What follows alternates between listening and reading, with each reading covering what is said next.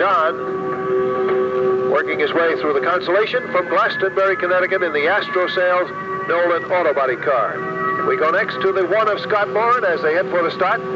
Scott from Plainville, the 9 of Vinnie Soares, and the 25X of Kevin Allen. We're underway. Don Sandow gets out of shape, trying to keep it under control. Manages to do so as they go 4 abreast at one point into turn 1. Hopefully everybody hanging tough and working their way through. They get through 1 and 2. Down the backstretch and into turn 3. Bergman still on top. On the outside, it's the 3 of LaForge looking for the top spot. Here comes LaForge to take the lead over Bergman. LaForge has 1 feature win to his credit as the caution now flies. Young driver who is progressing, but Don Sandow, he makes wonderful starts. Let's see what happens. We have the green flag now and rocketing into the lead, 91, Rick Shawn. Greg Thompson, that is, in that 91. And look at Bergman doing a nice job. Uh-oh, contact. Cars going around. Thompson had a problem. Everybody scrambles, but we're still going. And Thompson apparently has blown something or other. I think he's blown his engine. I think it's overheating. That was, I'm sure that was steam rather than oil smoke. But he's got it to the infield, well out of harm's way. But it would appear that his race is well and truly run. In second turn, Fred LaForge moves ahead of Jerry Konopka into the lead. So, Fred LaForge, winner earlier this season, looking for number 2. Don Sandow holding on to the number 3 spot in the 03. And on the inside, Bim Adams will challenge him into number 16. But Fred LaForge now starting to move out just a little bit. But here comes Adams. Herb Bennett follows right behind Adams and takes over the number 4 spot. Many of the heavy hitters still well back in the pack, and LaForge has moved on out. On the backstretch, the 66 of Steiner goes spinning, but now gets back into the action. I think last time on the back straightaway, Fred LaForge got it a little bit on the wide side, and I saw a shower of sparks. I've got a feeling he just gently nudged the wall, just the other side of the Winston Racing Series scoreboard. Here he comes. He's holding that lead. He's built up his lead, but the second and third place battle is a beauty. Bim Adams taking over the number 2 spot from Jerry Konopka. But Konopka surges back. Let's see if he can do something. No. Adams shuts the door on him. Kevin Allen in the 25X drops out of the action, pulls to the infield. Down the straightaway, 5 down and 20 to go. Let's see if Adams is closing in on him at all. I think 66 will be, as I say that, who's that coming off? 92, I believe, yes, pulling to the infield. Gene McLean, that is, in the 97. He's back out of the action. There's your leader, LaForge, completing lap number 6, still maintaining the same distance ahead of Bim Adams. Herb Bennett takes over the number 3 spot from Jerry Konopka. So the veteran now running third as our field is really starting to spread out. And Fred LaForge indeed is consolidating his lead. Look at the way he's pulling away from the remainder. The next 5 places, or the next 7 or 8 places are in very close contention, but Fred LaForge has now an advantage of fairly closely battling opposition. With little in the way of place changing in second place, it is still number 16. And he won't have much in the way of traffic in front of him for the next several laps either, so he'll be able to really do something here to build or maintain this lead. Well, if he can build and maintain his lead to the extent that he can get in amongst some of the back markers and put some back markers between himself and Bim Adams, etc., he is going to have a tremendous advantage at this early stage of the race. He's now starting to close in on Vinnie Soares in the number 9.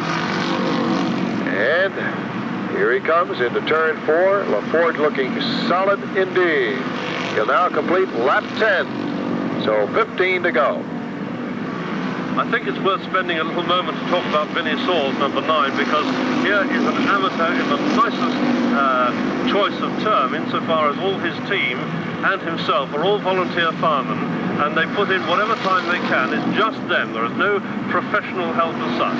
It's the volunteer fire service that is Vinnie Saws and the remainder. And he really has a go, and he's about to be lapped by the leader, Fred LaForge, 11 of the 25 laps having been completed by the first 10 or 11 or even 12. It appears Adams has closed in just a wee bit on LaForge. However, still a lot of distance. But we'll see if Adams can continue to close in, because we do have 13 laps to go yet. So there's plenty of time. Well, Tim Adams in second place has a back marker between himself and Fred LaForge. Fred LaForge approaching turn. LaForge again working his way around a smaller... The thing LaForge didn't want to see was a caution, and out it comes. You can bet there are a few choice words in the cockpit about now. Well, and Bim Adams will love it. Here we go. Adams hanging right with LaForge. This will be an interesting restart. Here we go. LaForge with a slight lead at the line. But he and Bim Adams, at this very early stage of this, for want of a better word, restart, pulling away from the remainder. Bim Adams really challenging Fred LaForge now. Look how close they are, less than a length between them. Then a gap of some 10 or 15 yards. But it's still Fred LaForge and Bim Adams. 14 laps completed.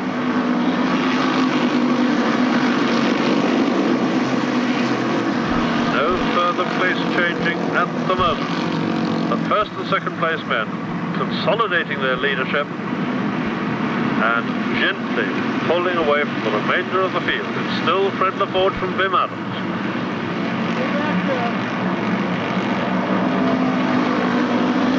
Herb Bennett maintains his third place, and in fourth place it's John Leader.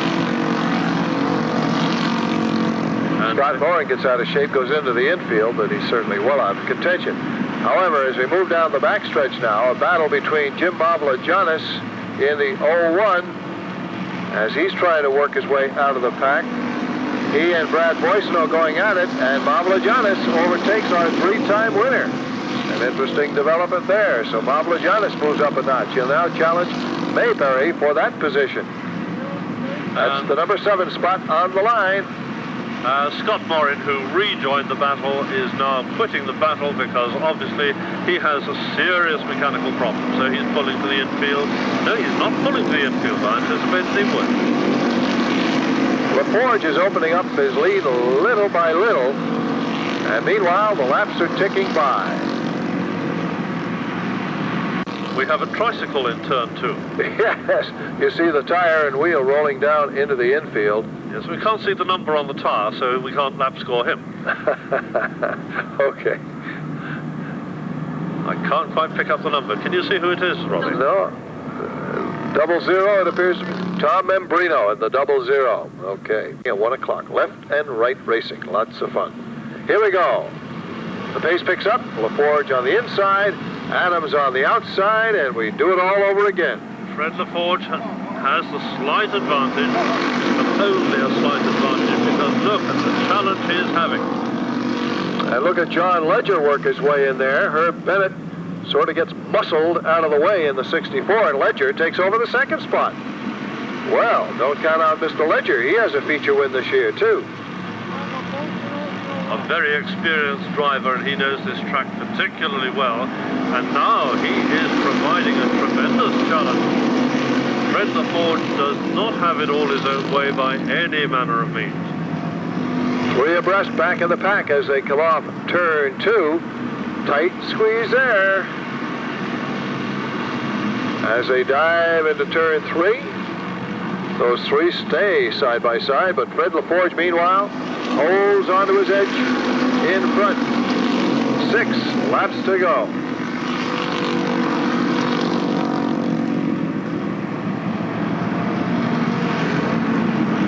They rumble and they roar down the backstretch, and LaForge still holding on with Bim Adams running third, and Herb Bennett with a good race in 4th place.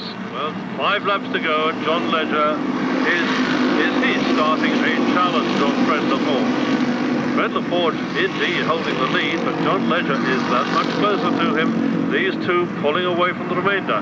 The cars who were so close to Fred LaForge previously have well and truly dropped back. But John Ledger is providing the challenge to Fred LaForge. 21 laps completed, 4 laps to go. Fred LaForge, John Ledger in first and second places respectively. And we've got a heck of a race lining up for that number 4 position. Herb Bennett and Bobby Skinger and Jim Mavlajanis fighting for that position, and Brad Boissonneau waiting in the wings. Here they come, off turn 4, and we've got 3 to go. Now it's Mavlajanis pulling out of that pack and taking over the number 4 position.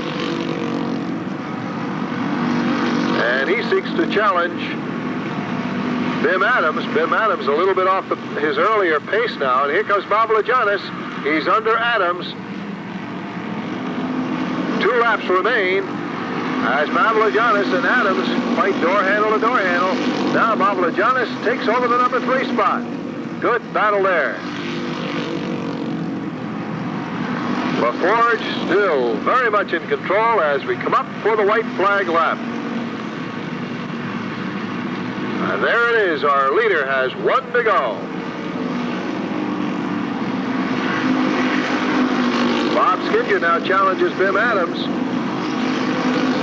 Battle for 4th, and here comes Skinger on the inside. And he takes away that spot. So now Skinger running 4th, and here comes Brad Boissonneau. And he takes over number 5, but he gets sideways, dove in a little too hard, and went spinning. Somehow he manages to 360 it twice as our winner, Fred LaForge, crosses the line. Certainly well-deserved win for LaForge. Led all the way, did it again on the restarts, and captures his 2nd win of the 92 season. So the number 3 will move in. Now, for those of you not waiting around for Victory Lane ceremonies, we certainly hope you'll be joining us again next Friday night. Action starting at 7:45. We'll look for you then. Be sure to bring the family along for lots of fun and excitement. And don't forget, left and right racing coming up this Sunday, starting at 1 o'clock here at the Stafford Motor Speedway. Barry Simons has moved into Victory Lane, and we're awaiting the appearance after the post-race inspection of winner Fred LaForge. Just a moment. Barry, if you can hold off just a second, we're getting the final finish as we await Fred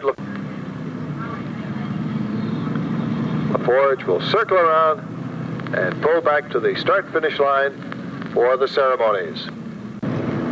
And here he is, the Tri-State Diesel, Gavel Diesel, AB&L paving machine for Fred LaForge Jr. of Windsor Locks, Connecticut, victory number 2.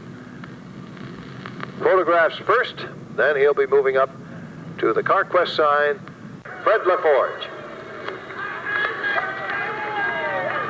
Thank you, Ronnie. Ronnie Jacobs, thank you. We see you. We look forward to seeing you next week. You and Russ, of course. Fred LaForge.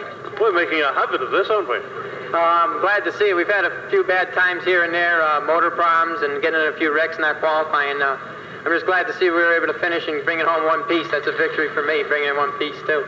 Well, you had a wonderful race again, Fred. You were challenged earlier on by Bim Adams, then there were the yellow flags, and the whole field bunched up close to you because you did have a lead.